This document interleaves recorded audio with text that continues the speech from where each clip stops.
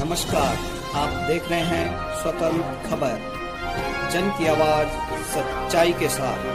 मेरे बदन में है मौत जहाँ जन्नत हो, ये बात मेरे वतन में है। कुर्बानी का जज्बा जिंदा मेरे कफन में है। मैं आजाद हूँ और आजाद ही रहूंगा। वंदे वंदे भारत माता की, भारत माता की। और चंद्रशेखर आजाद ने लड़ते लड़ते आखिरी गोली मारी। वे अंग्रेजों के हाथ कभी नहीं लगे, आजाद आजाद ही रहे।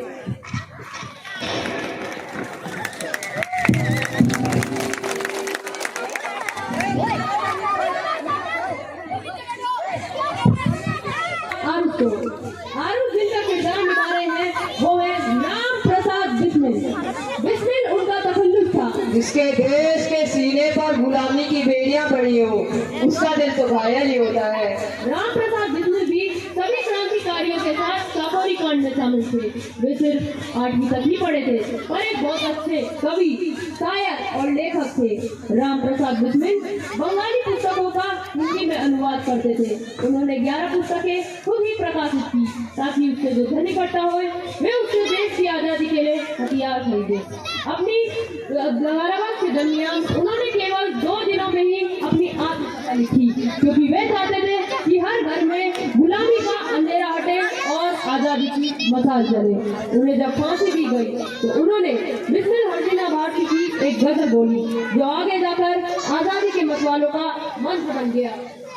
सरफरोशी की तमन्ना अब हमारे दिल में है, देखना है जोर कितना बाजुए का दिल में है। करना नहीं क्यों दूसरा बात थी, देखता हूँ मैं जिसे वो चुप तेरी महफिल में है शहीदे मुल्क मिल्लत है तेरे ऊपर निशान। अब तेरी हिम्मत का चर्चा गैर की महफिल में है। वक्त आने दे बता देंगे तुझे ये आसमां, हम अभी से क्या बताए क्या हमारे दिल में है। खींच कर लाई सबको कत्ल होने की उम्मीद, आशिकों का आज चमक ऊंचे का दिल में है। सरफरोशी की तमन्ना अब हमारे दिल में है, देखना है जोर कितना बाजुए का दिल में है। इंकलाब इंकलाब जिंदाबाद।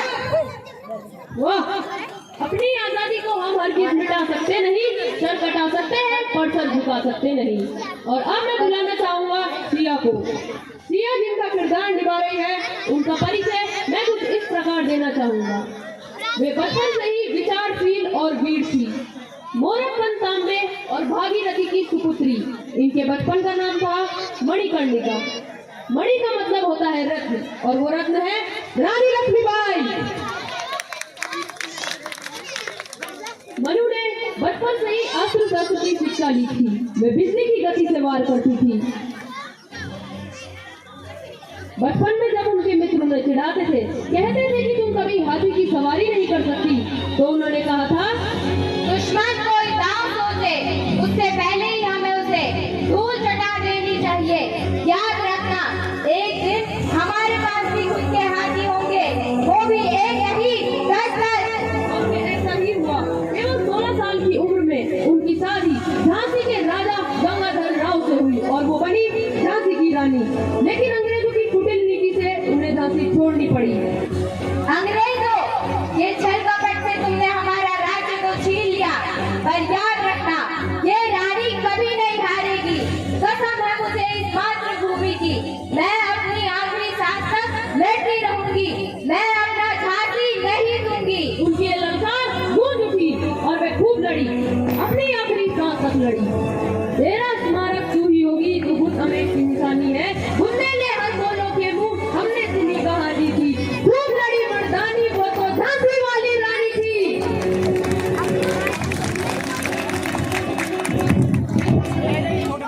और अब मैं बुलाना चाहूंगा शौर्य को। शौर्य जिनका किरदार निभा रहे हैं, वो बने हैं हम सब के प्यारे, खासकर बच्चों के चाचा नेहरू। चाचा नेहरू का पूरा का नाम पंडित जवाहरलाल नेहरू था। मोतीलाल नेहरू के बड़े बेटे पंडित जवाहरलाल नेहरू का जन्म 14 नवंबर 1898 में हुआ था। मोतीलाल नेहरू के बड़े बेटे आजादी की लड़ाई में 2 बार जेल गए। उन्होंने अपने कारावास के दरमियान discovery of India and glimpses of history जैसी किताबें भी लिखी। मेरे प्यारे देशवासियों, हमारा देश पूर्णतः लोकतांत्रिक परंपरा में विश्वास रखकर आगे बढ़ेगा और धर्मनिरपेक्षता हमारे देश का आधार स्तंभ होगा। नेहरू जी की 15 साल तक होम स्कूलिंग हुई। अच्छे से अच्छे टीचर, अध्यापक उन्हें पढ़ाने के लिए उनके घर आया करते थे। वे हमेशा सूट बूट में रहा करते थे। लेकिन गांधी जी के विचारों से प्रेरित होकर वे भारतीय स्वतंत्रता संग्राम में जुड़े और भारतीय संस्कृति को अपनाकर सच्चे दिल से स्वतंत्रता सेनानी बने। हमारे देश को किसी भी चीज के लिए किसी और देश पर निर्भर न रहना पड़े, इसलिए हमें विज्ञान की छत्र छाया में औद्योगिक विकास करना होगा और उस विकास का एक ही नारा है, आराम हराम है, आराम हराम है, आराम हराम है, आराम हराम है, आराम हराम है। आराम हराम है। वे हम सबके लोकप्रिय नेता थे। मुझे बच्चों से बहुत लगाव है, उनका मन फूल की तरह निर्मल होता है। ये बच्चे हमारे आने वाले कल की पहचान है। इन बच्चों को इतना प्यार और भाईचारा सिखाओ, हमारा देश प्यार का एक मंदिर बन जाए। जय हिंद। जय हिंद। अब मैं बुलाना चाहूंगा अवधेश को।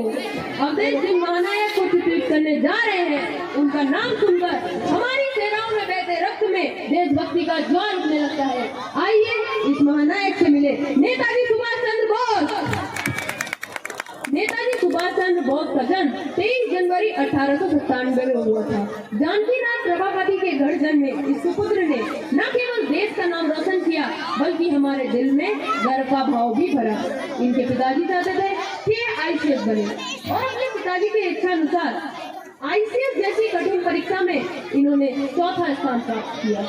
लेकिन इनके मन में तो कुछ और ही चल रहा था। मैं अंग्रेजों के अधीन रहकर काम नहीं कर सकता। अगर ये देश हमारा है तो इस पर दूसरे राज क्यों करते हैं? क्योंकि वे देश के लिए कुछ करना चाहते थे, आजादी के लिए कुछ करना चाहते थे।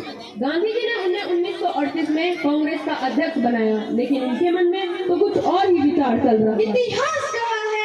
इतिहास गवाह है कि वास्तविक परिवर्तन चर्चाओं से नहीं लाएगा।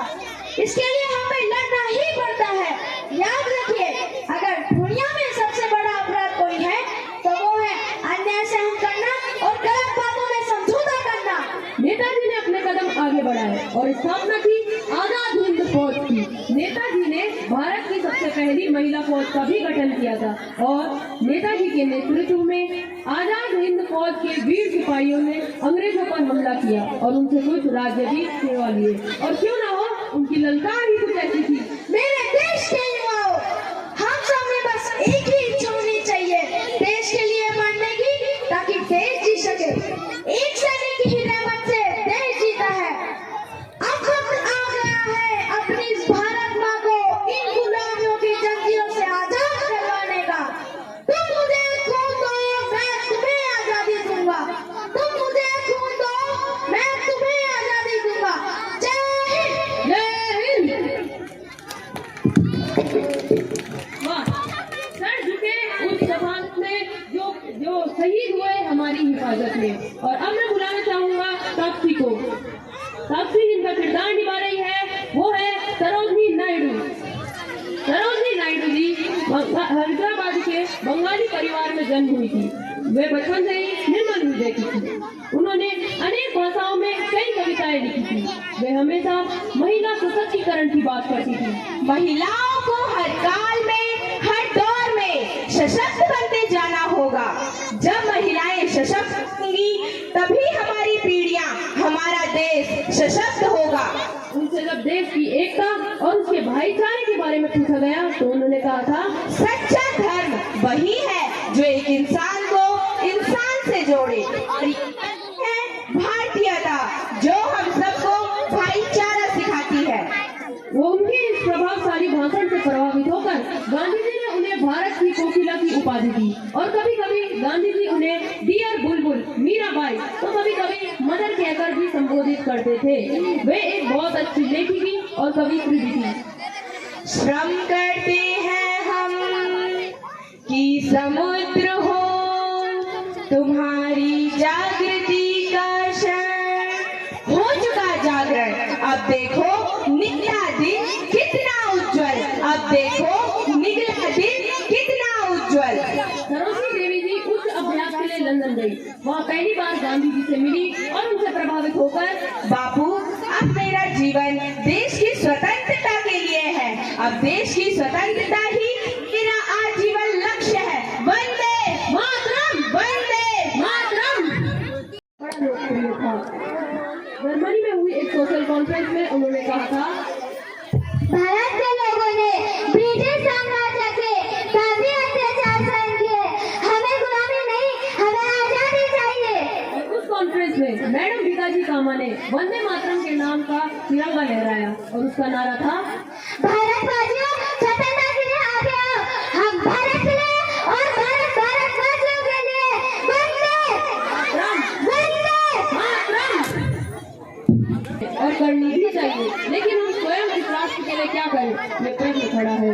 वो आत्मा है जो ऊपर बैठे इस देश को आजाद देख रही है, आजादी के 75 साल देख रही है। वो सोच रही होगी कि हमें क्या करना चाहिए। आखिर प्राण किया, त्याग किया, बलिदान दे दिया, लेकिन हमें क्या करना चाहिए। दर्द पी के दिखाइए इस वतन के लिए, या भी करके दिखाइए इस वतन के लिए। हम मर के दिखाएंगे इस वतन के लिए, आप जी के दिखाइए इस वतन के लिए। आइए इस वतन के लिए जिए, हमारा एक एक कण इस वतन के लिए, हमारे प्राण इस वतन के लिए। और एक बात उन सभी स्वतंत्रता सेनानी और क्रांतिवीरों के लिए, जय हिंद।